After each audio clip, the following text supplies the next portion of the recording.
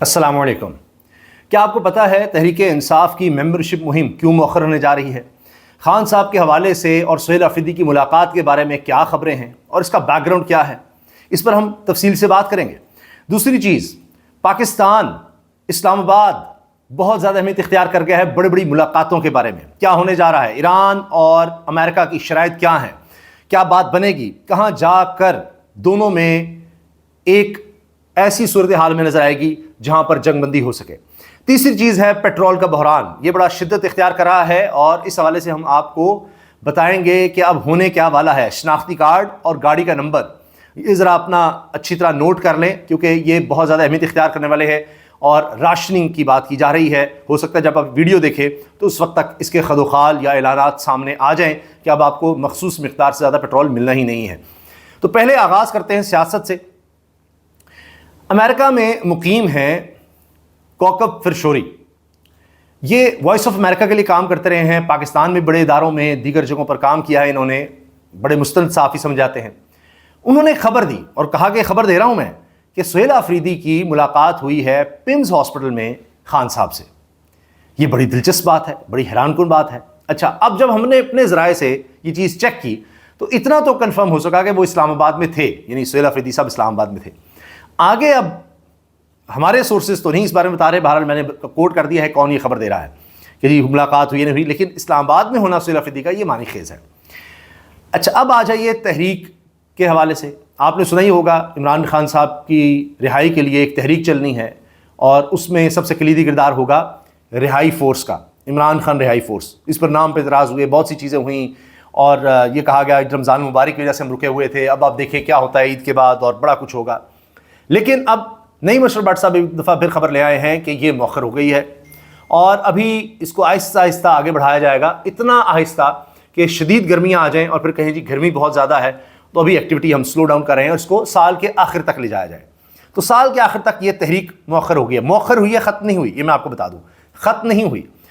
تو یہ confidence building measures ہیں جو لیے جا رہے ہیں، اور اس میں ہوا یہ ہے کہ چاہے سہیل آفریدی ہوں چاہے ساری باقی قیادت ہو تحریک انصاف کی، انہوں نے کارکنوں کے پریشر سے بچنے کے لیے، ان کے غصے سے بچنے کے لیے یہ سب کیا ہے کہ ہاں جی ہم رہائی مہم چلا رہے ہیں، لیکن اس کا اعلان نہیں کر رہے کہ مؤخر کر رہے ہیں، یہ کر رہے ہیں وہ کر رہے ہیں، نہیں، اس کو بس گو سلو پہ رکھا ہوا ہے۔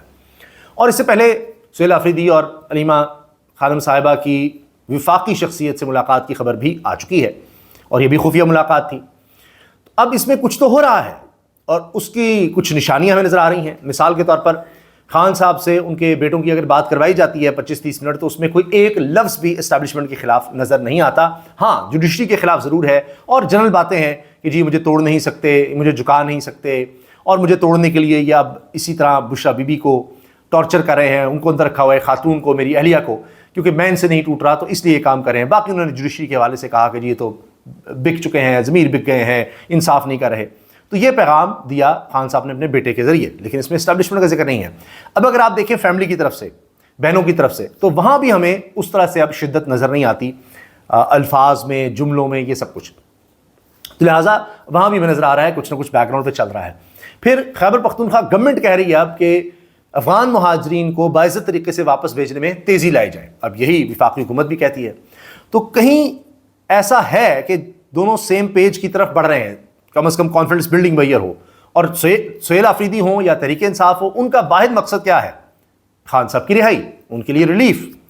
تو اس کے لیے چیزیں دیکھتے ہیں آگے کیسے بڑھتی ہیں، اور اس میں ہو سکتا ہے کہ پہلے بشرا بی بی کی کوئی رہائی کی بات ہو، اس کے بعد خان صاحب کے شفٹ کرنے کی بات ہو، کہیں گھر کو سب جیل ڈکلیئر کرنے کی بات ہو، یہ چیزیں بعد میں آئیں گی۔ اچانک کچھ نہیں ہوگا، بہت سلو ہوگا، بہت آہستہ سے ہوگا، اس کو آپ یہ کہہ لیں غیر محسوس طریقے سے ہوگا۔ یہ چیز بڑی کلیئر ہے، بڑی واضح ہے، اور پھر چیزیں جیسے جیسے آگے بڑھیں گی انشاءاللہ اس حوالے سے بھی آپ کو آگاہ کرتے رہیں گے۔ تو یہ تو ہے جی ملاقاتوں کی، خفیہ ملاقاتوں کی ہلچل اور بیک گراؤنڈ۔ اب ملکی حالات پر آئیں تو اس وقت پاکستان ایک ہی خبر کی وجہ سے جانا جا رہا ہے دنیا میں، اور وہ ہے ایران امریکہ مذاکرات۔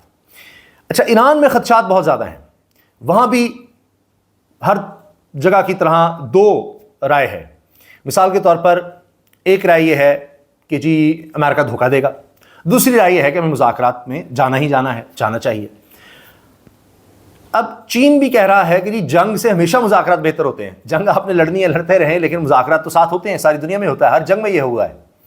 کبھی یہ نہیں ہوا کہ مذاکرات شروع ہوئی اور جنگ رک گئی، جنگ چل رہی ہوتی ہے، بیک چلن ہوتے ہیں، پھر بیٹھتے ہیں، پھر آہستہ آہستہ پیچھے ہٹا جاتا ہے. اب اس میں ہوا یہ ہے کہ دو شخصیات آئیں آگے، کہا جاتا ہے پاکستان آ گئی تھی، لیکن یہ ایران کو منظور نہیں تھی. انہوں نے کہا جی پہلے بھی انہی کی وجہ سے بات چیت نہیں بن سکی، معاملات صحیح نہیں ہو سکے، تو اب آئے وائس پریزیڈنٹ امریکہ کے جے ڈی وینس، کیونکہ وہ اس طرح جنگ کے حامی نہیں تھے. تو وہی ہوا ہے، ایران کی کم از کم یہ شرط تو مان لی گئی ہے کہ جو پہلے دو شخصیات آئی تھیں جو کہا جاتا ہے جی زیادہ اسرائیل نواز ہیں، ان کو پیچھے ہٹایا جا رہا ہے، اور جے ڈی وینس آ رہے ہیں، اور کہا جا رہا ہے وزیر خارجہ امریکہ کے مارکو روبیو وہ بھی ہیں. تو پھر دیکھتے ہیں مذاکرات میں کیا ہوتا ہے. امریکہ کی طرف سے 15 نکات کا کہا گیا ہے، ایران کی طرف سے 6 چیزیں ہیں، جس میں مین چیز ہے گارنٹی ہے کہ جی آئندہ اس طرح سے نہیں ہوگا، یہاں سے امریکہ بیسز خالی کر دے، خطے میں امریکن بیسز نہ ہوں، ہمیں ہر جان نہ دیا جائے، یہ سب باتیں اس میں شامل ہیں.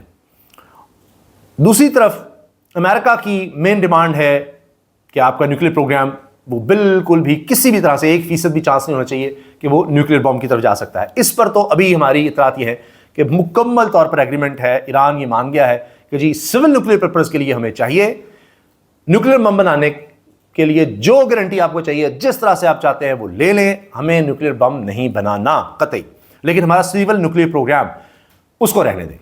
میزائل پر امریکہ چاہتا ہے میزائل ایک بہت ہی کم حد پر آ جائے، یعنی اسرائیل تک تو ہرگز نہ پہنچ سکے، لیکن باقی بھی اس کی رینج کم ہو جائے. یہ اب بڑا ٹف ہے.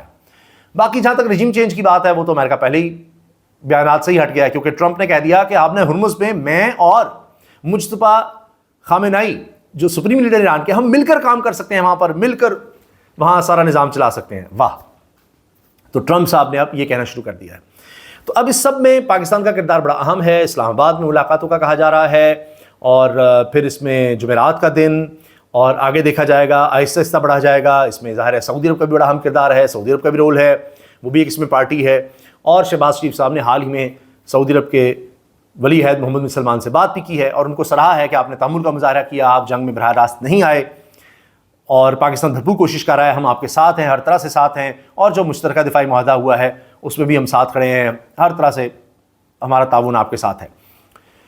ایک خبر یہ بھی ہے، اور یہ وال اسٹریٹ جرنل کی ہے غالباً، کہ یو اے ای اور سعودی عرب وہ بالکل تیار بیٹھے ہیں، کسی بھی وقت وہ جنگ میں باقاعدہ شامل ہو سکتے ہیں. اب کوئی بڑا حملہ ہوا تو وہ بالکل تیار بیٹھے ہیں کہ جی وہ جنگ میں شامل ہو جائیں گے.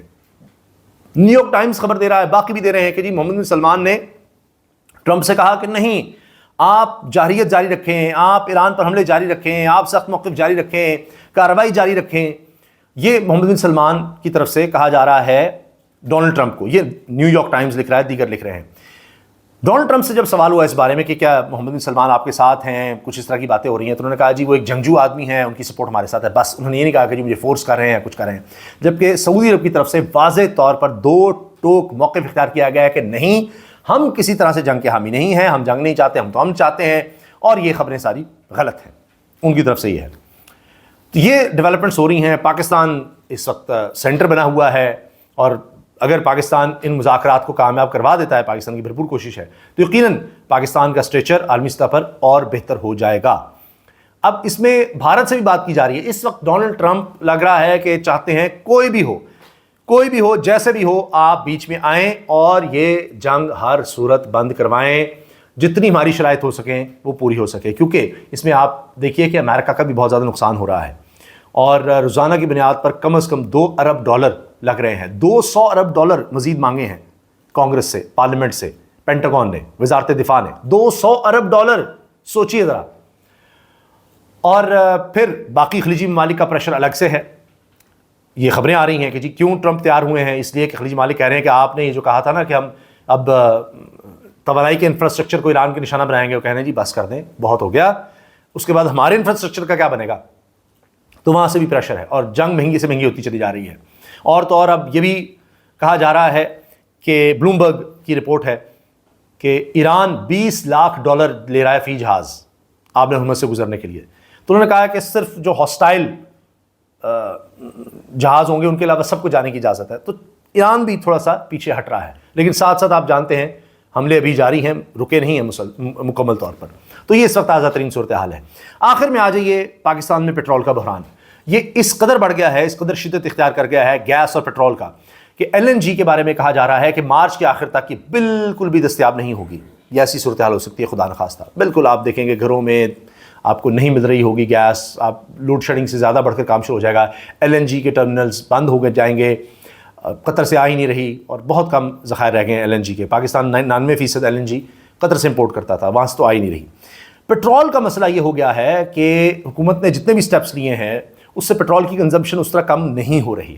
مہنگا کیا پٹرول، ہائی آکٹین پر ٹیکس بڑھا دیا، 200 روپے بڑھا دیا، کل 300 روپے تک ٹیکس ہو گیا ہائی آکٹین پر. ہائی آکٹین کا استعمال آدھا رہ گیا، آدھے سے بھی کم رہ گیا. لیکن اس کا مطلب یہ ہے کہ لوگوں نے جو ہائی آکٹین ڈلواتے تھے کہ جی 15 روپے کا فرق ہے، 20 کا ہے، اتنا تقریباً تھا، تو عام پیٹرول ڈلوانا شروع کر دیا، تو وہ بھی مسئلہ آ گیا. اب تجویز یہ ہے، تجویز نہیں بلکہ عمل درآمد اس پہ کہیں کہ اس پر آغاز ہو رہا ہے. ایک ایپ ڈیولپ کی جا رہی ہے جس میں آپ کا گاڑی کا نمبر اور شناختی کارڈ نمبر یہ ہوگا، آپ اس کے ذریعے اپلائی کریں گے اور آپ کو کوٹا ملے گا. روزانہ کہیں، ماہانہ کہیں، یہ اس پر دیکھا جا رہا ہے. تو اس میں آپ کو اس سے زیادہ ایک مہینے میں پٹرول نہیں مل سکے گا. مثال کے طور پر کہا جائے کہ فی گاڑی آپ کو 100 لیٹر ملے گا. تو آپ نے جب 100 لیٹر مکمل کر لیا، فرض کیجئے کسی گاڑی کا ٹینک ہے 40 لیٹر، تو وہ پھر 2 دفعہ ڈلوائے گا، اس کے بعد آدھا ٹینک. اس سے زیادہ اس کو پٹرول نہیں ملے گا، بس ختم. کیونکہ وہ آئی ڈی کارڈ بھی آپ کا ہوگا اندراج اور گاڑی کا بھی. تو یہ اب راشننگ سسٹم اس کو کہا جا رہا ہے. تو اس سے زیادہ پٹرول پھر نہیں ملا کرے گا. یہ صورتحال بن رہی ہے. اس کے علاوہ صوبوں کو کہا جا رہا ہے آپ بھی اپنا حصہ اس میں ڈالیں، اور اگر کسی نے سبسڈی دینی ہے موٹر سائیکل والوں کو تو آپ بیچ میں آئیں. یہ حالات بن گئے ہیں، کچھ سمجھ نہیں آ رہی کہ کیا ہوگا. اور اوپر سے ہڑتال کی دھمکی اپنی جگہ ہے. پیٹرول پمپ مالکان کہہ رہے ہیں کہ ہمارا شیئر بڑھائیں. ہر لیٹر میں ان کا ایک شیئر ہوتا ہے کچھ روپوں کا، وہ بڑھایا جائے. اگر وہ نہیں بڑھاتے تو ہم پھر ہڑتال پر چلے جائیں گے. پہلے ہم نے 26 تاریخ کا کہا تھا، 26 مارچ کا، ابھی ہم مؤخر کر رہے ہیں لیکن ختم نہیں کر رہے. اور ہم نے پھر خط لکھ دیا وزیر توانائی کو، علی پرویز ملک کو، فوری طور پر عمل کریں، ہماری بات سنیں، ہم سے میٹنگ کریں، نہیں تو پورے ملک میں ہزاروں پیٹرول پمپ سارے کے سارے ہم بند کر دیں گے. اور ایک اور خوفناک بحران نظر آ رہا ہوگا کہ مہنگا تو ہے ہی، مل بھی نہیں رہا. راشننگ الگ کہ جسے ایک حد سے زیادہ مل سکتا، اب وہ بھی نہیں مل رہا. تو یہ حالات ملک میں ہو گئے ہیں. یہ ایک ایسا بحران ہے جس پر قابو نہیں پایا جا رہا، نہیں پایا جا سکا. ایک تو ہمارے پاس ڈالرز کی کمی پہلے ہی ہے، پٹرول باہر سے بہت زیادہ مہنگا مل رہا ہے، آنا بھی مشکل ہے، اس کی وجہ سے بھی ریٹ اوپر چلے گئے ہیں. اور ہمارے پاس رقم ہے نہیں. اس کو کنٹرول کرنے کے لیے، کنزمپشن کم سے کم کرنے کے لیے مہنگا کیا گیا، وہ بھی بات نہیں بن رہی. اس سے بھی اتنے نتائج حاصل نہیں ہو سکے جتنے سوچے گئے تھے.